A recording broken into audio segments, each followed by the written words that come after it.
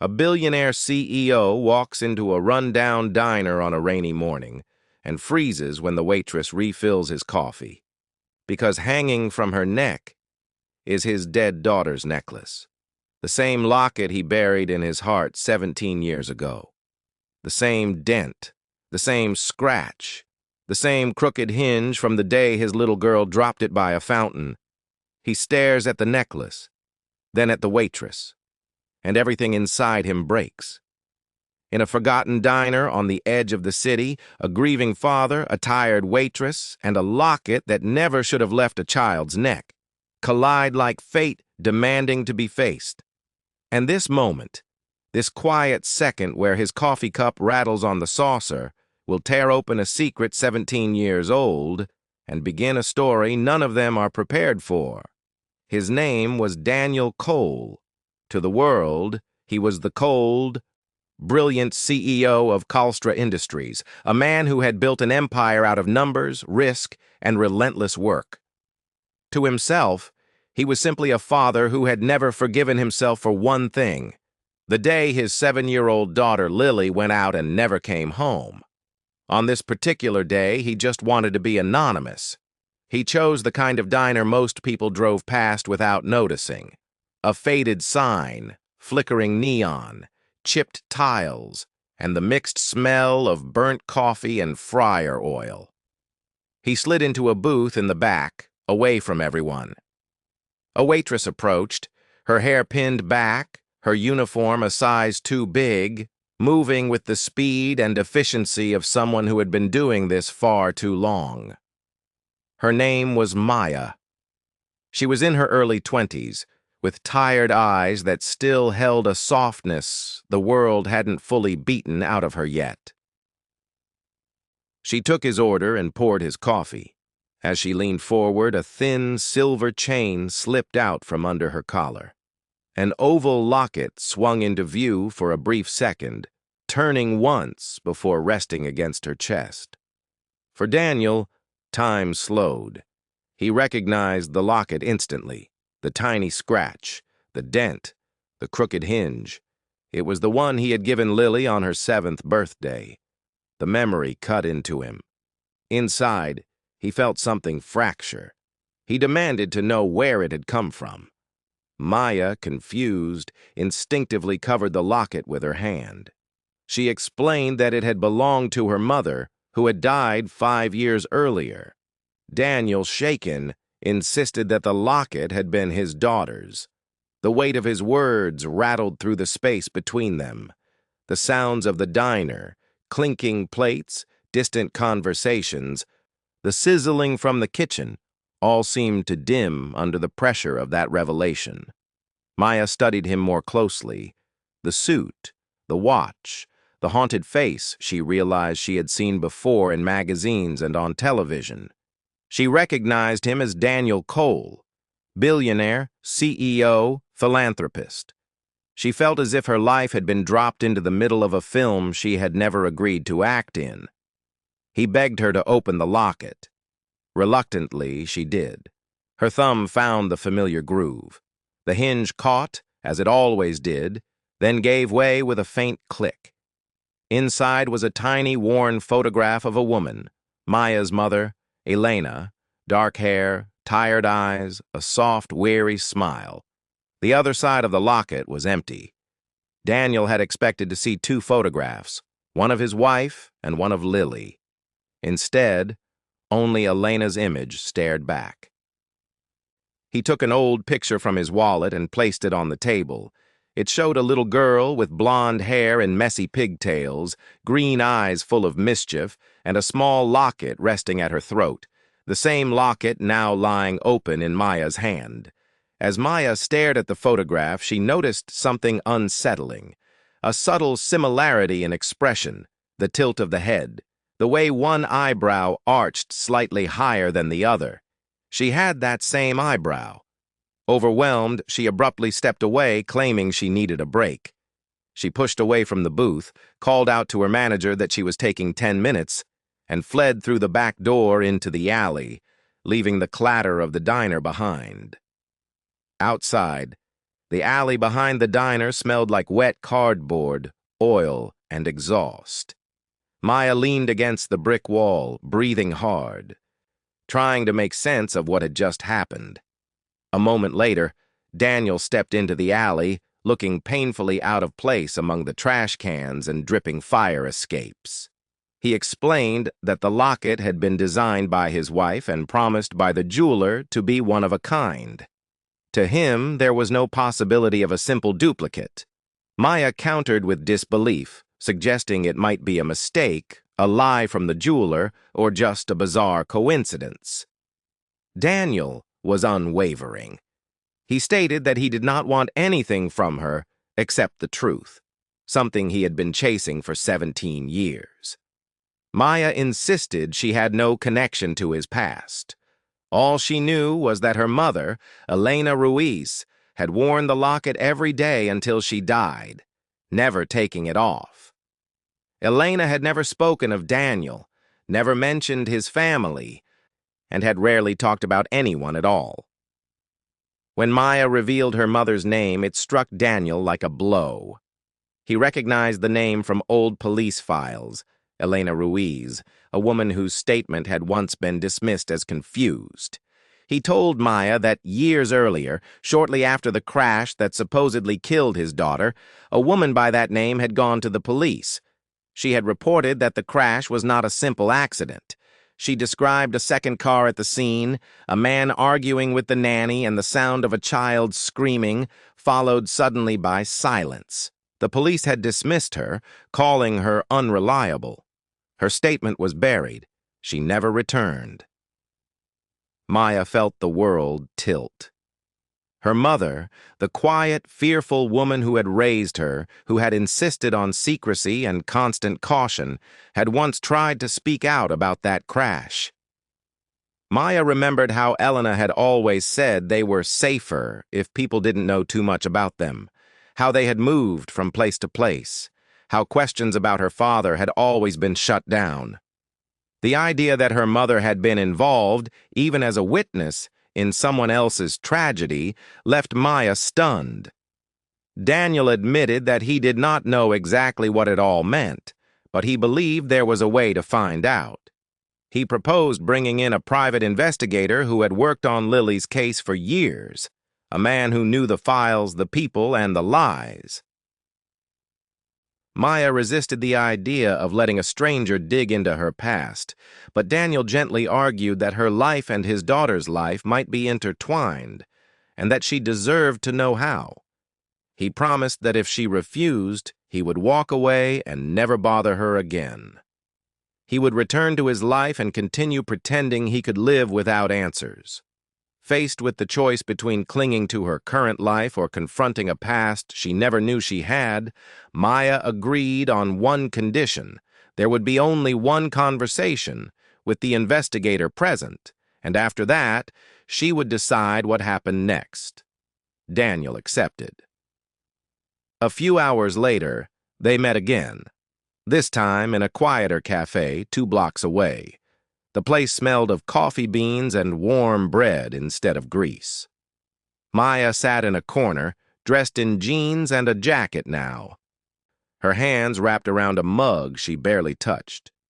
Daniel sat opposite her, and between them existed a distance that was more emotional than physical. A man in his 40s entered the cafe wearing a leather jacket, his sharp eyes scanning the room with the wary attention of someone who had seen too much and trusted very little. This was Ethan Price, the private investigator who had chased the truth about Lily Cole for years. He joined them and immediately noticed the locket around Maya's neck.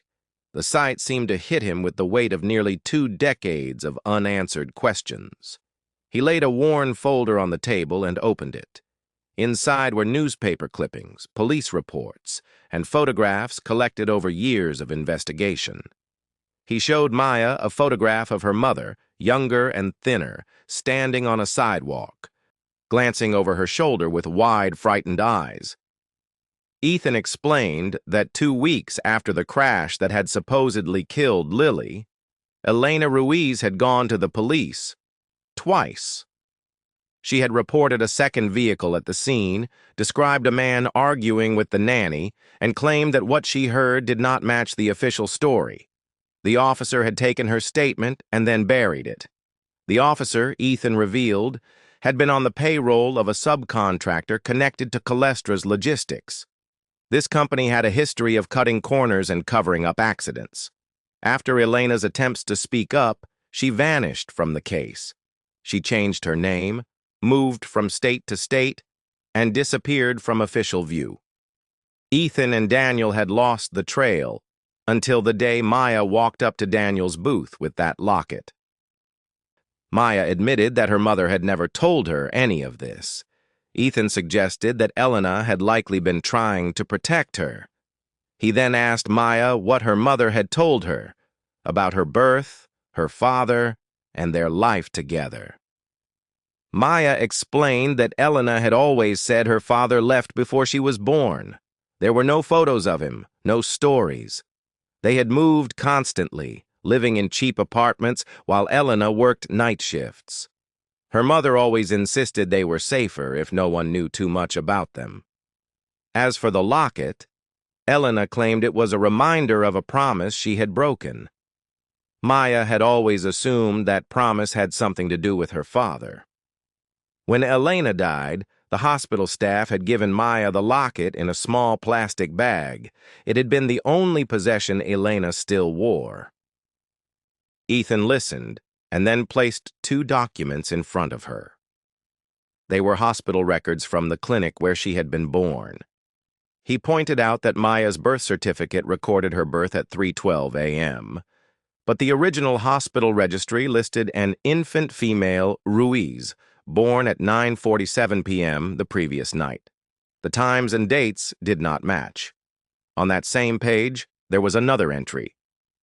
Infant female, Cole, born at 3:08 a.m., just 4 minutes before Maya's recorded time of birth. There was no discharge signature or follow-up information for that infant. It was as if the child had vanished on paper. The implication was horrifying. Ethan suggested that this discrepancy could indicate tampered records, a switched identity, or something even more deliberate. Maya, reeling, asked if they were suggesting she was Lily, that she had been swapped at the hospital. Daniel and Ethan both admitted that they did not know, but that there was one way to find out: a DNA test comparing Maya's DNA to Daniel's and his wife Claire's. Maya demanded to know what would happen if the test proved she was not their daughter. Daniel answered that they would still keep looking, for Lily, for the truth about what had been done to both girls, and for the people who had manipulated their lives. After a long pause, Maya agreed to the test, with one firm condition: whatever the result, she would decide what happened next. They proceeded with the test. The following 3 days felt like 3 months. Maya returned to the diner and tried to slip back into her routine. She poured coffee, cleared plates, and smiled at customers who had no idea her entire identity might be on the verge of collapse. Everything felt slightly unreal, as if her own skin no longer fit. She examined herself in mirrors more often than usual, studying her features, wondering which parts belonged to Elena and whether any piece of her could possibly belong to a billionaire from a different world. Across the city, Daniel barely slept. He spent late nights in his office staring at 2 photographs on his desk, one of Lily as a child and one of Maya, captured candidly at the cafe. He loathed the part of himself that was hoping she would turn out to be Lily, and at the same time felt guilty for wanting that hope confirmed. On the 3rd day, an envelope appeared under Maya's apartment door. Her name was written on the front. Inside was a single page. She opened it with trembling hands and read the result. The probability of her being biologically related to Daniel and Claire Cole as their daughter was stated as 0. The verdict was absolute. She was not Lily. The answer struck her harder than she expected. She had told herself she did not want to be anyone's missing child, yet some unseen part of her had been hoping for belonging, hoping for something that anchored her story. But there was more. At the bottom of the page, beneath the cold numbers, a note explained that partial genetic markers suggested a second-degree relationship to Claire Cole, consistent with being her niece. This meant Maya's mother, Elena, had not been a stranger at all. She had likely been Claire's sister. They gathered again, this time not in a diner or cafe, but in a quiet conference room high above the city in Colestra's headquarters. The room had no windows, only 4 chairs around a table. Maya sat on one side, Daniel on the other. Beside Daniel sat Claire, his wife, a woman with an elegant, simple presence and eyes that carried both beauty and exhaustion. She studied Maya and the locket at her neck, then looked at her face with complex, pained curiosity. The DNA results between them confirmed that Maya was not their daughter. She was, however, Claire's niece. Claire began to share her own past. She explained that she had been born, Claire Randall, into a chaotic household ruled by a mother who drifted from man to man and city to city. When Claire was 11, her mother married a man named Ruiz, a violent drinker who broke things and hurt people. He had a daughter of his own, Elena. Claire and Elena were half-sisters.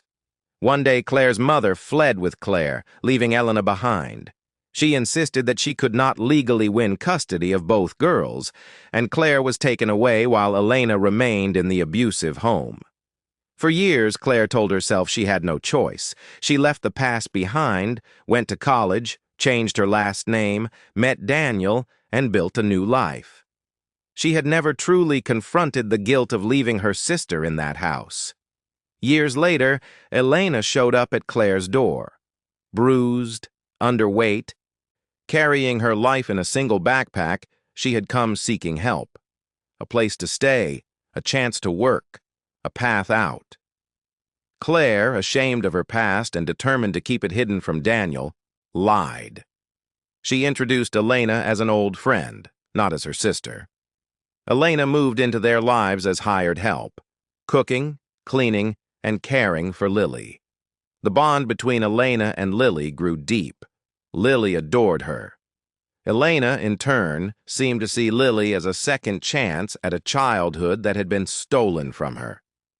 On the night of the accident, Claire and Daniel had argued about his schedule and his absence from home. Angry and distracted, Claire sent Lily with Elena to the park to avoid exposing her daughter to the conflict. They never came back. The police later reported that a truck had hit their car, causing a fiery crash and leaving little behind. They assumed both Elena and Lily died in the wreck. Grief consumed Claire and Daniel. A week later, they received an envelope at their doorstep with no return address.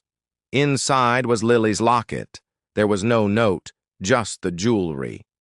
Daniel assumed someone had found it near the crash and returned it. Claire had placed it in a drawer, unable to bear the sight of it. Now, seeing a near-identical locket around Maya's neck, the couple was forced to confront the possibility that the story had never been what they were told. Maya wanted to know how Elena could have ended up with such an important piece of their lives if they believed they already had Lily's original locket. Ethan, who had been quietly listening, stepped in again and examined Maya's locket carefully.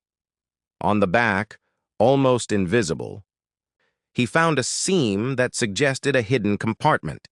He used a small tool to press along the edge until a concealed piece popped open. Inside was a scrap of paper, folded tightly. He unfolded it and revealed a handwritten note from Elena. In it, Elena confessed that she felt she had failed repeatedly. She admitted to trying to protect both girls, her own daughter and Lily, and in the process, breaking both of their lives. She explained that she had tampered with hospital records to hide Maya from her biological father, hoping that erasing her on paper would keep her safe. She described seeing the same men from that clinic at the scene of Lily's car crash and realizing the accident was not an accident at all. She had seen Lily taken from the car alive before the vehicle was set ablaze. The truck was merely a cover. Elena had gone to the police, but the officers had already been paid to ignore the truth. Realizing no one would believe her, she had fled with Maya and disappeared, haunted by guilt and fear. She had sent Lily's locket back to Claire so her sister would at least know that Lily was alive somewhere, even without proof. In the note, Elena begged for forgiveness from Maya, insisting that her daughter was not a punishment, but a miracle. She asked whoever found the note to finish what she had started, to expose the network of people who treated children as assets, altered hospital records, staged accidents, and moved lives around like pieces in a business transaction. The note made it clear that Elena did not know where Lily had ultimately been taken, only that the people behind the crash were connected to companies and contracts that valued profit over human life.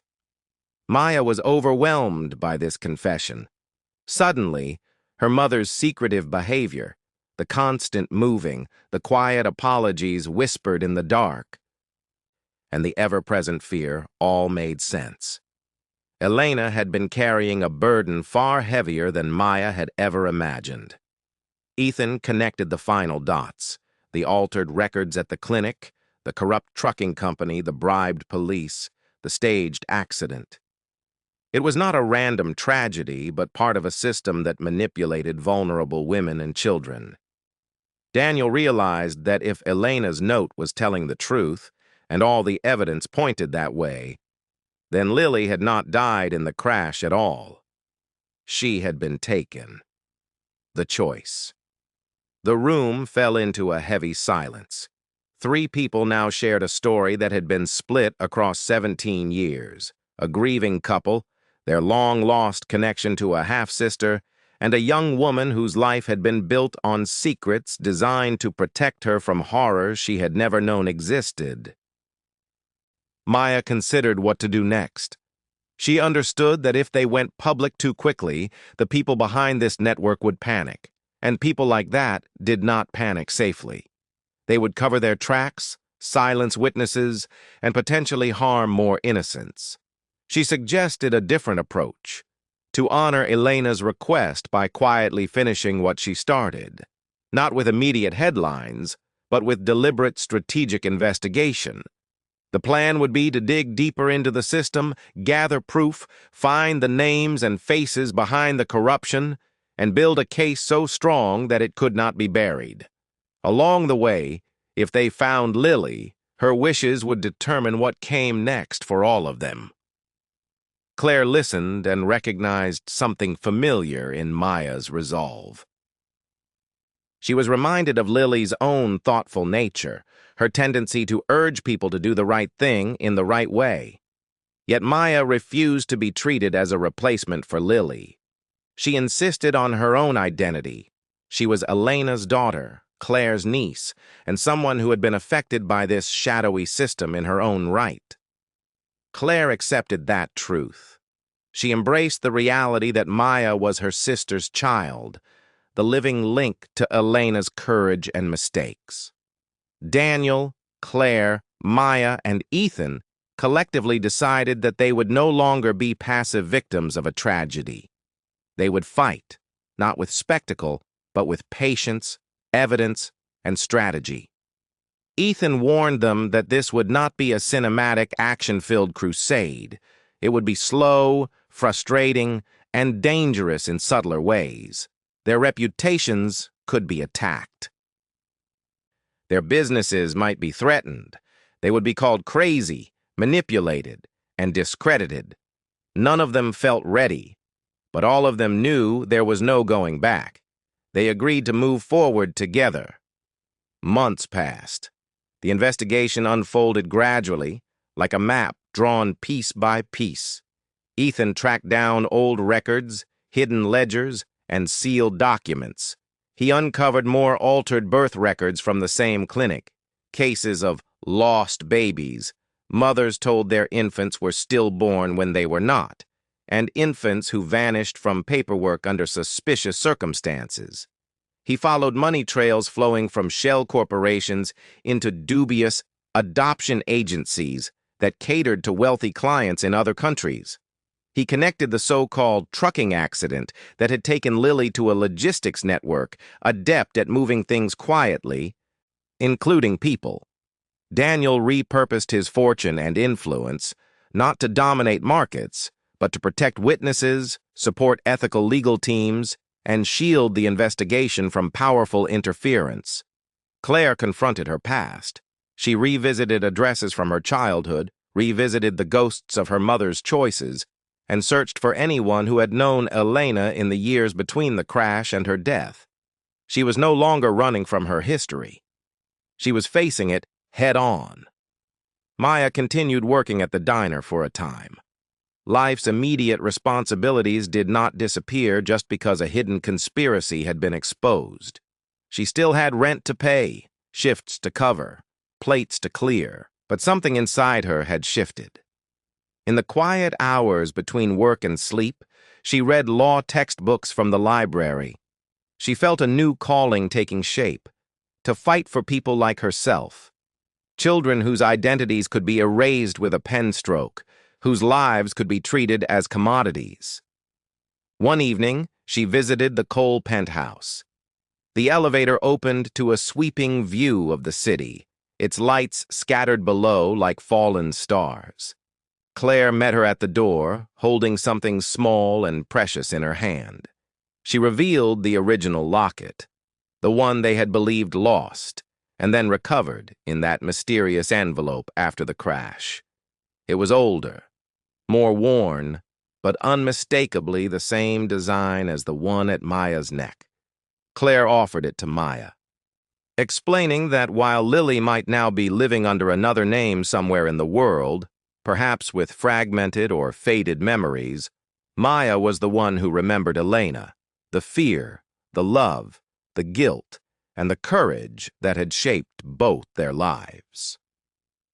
Maya resisted at first, insisting that the locket belonged to Lily. But Claire gently argued that Maya now carried half of the story and could help carry the other half as they searched for Lily and fought the system that had exploited them. Maya took both lockets into her hands. For a moment, she imagined another young woman somewhere, perhaps in another city, watching the news someday, feeling a strange pull when she heard the name Lily Cole, sensing a scar in her memory she could never quite explain. In that quiet, unspoken moment, Maya formed a promise in her heart that they would keep searching. Daniel offered to help her with her future in a more direct way, suggesting that she did not need to stay at the diner forever and that he would support her education and training if she wished. Maya insisted that if she applied to law school or pursued any path, she wanted to do so on her own merits, not as a charity case. However, she acknowledged that a recommendation letter from a powerful CEO would be helpful, and Daniel agreed to provide it. Together, they stood in the penthouse, a broken, unconventional family, not yet healed, but united and facing in the same direction. They were no longer living solely in the shadow of a tragic night from years ago. They were moving forward, toward justice, toward the possibility of finding Lily, and toward a world where children would no longer be reduced to files, contracts, and profit margins. All of it had begun because, on an ordinary day in a tired diner, a waitress had refilled a man's coffee, and a grieving CEO had looked up, seen a familiar necklace, and recognized a piece of his lost daughter's life on a stranger's chest. What could have remained a brief, awkward moment became instead the first spark of a quiet war, not one of bullets and explosions, but of truth, persistence, and courage. And sometimes that kind of war is the most powerful story of all. If this story moved you, don't leave quietly. Like this video to support the channel. Subscribe to Hidden Tales Stories so you never miss the next chapter. Comment below. Do you think Lily is still alive? And what do you believe Maya should do next? Your thoughts matter. Every comment helps the story reach more people. Share this video with someone who loves emotional, cinematic storytelling. Thank you for watching. Your support keeps this stories alive.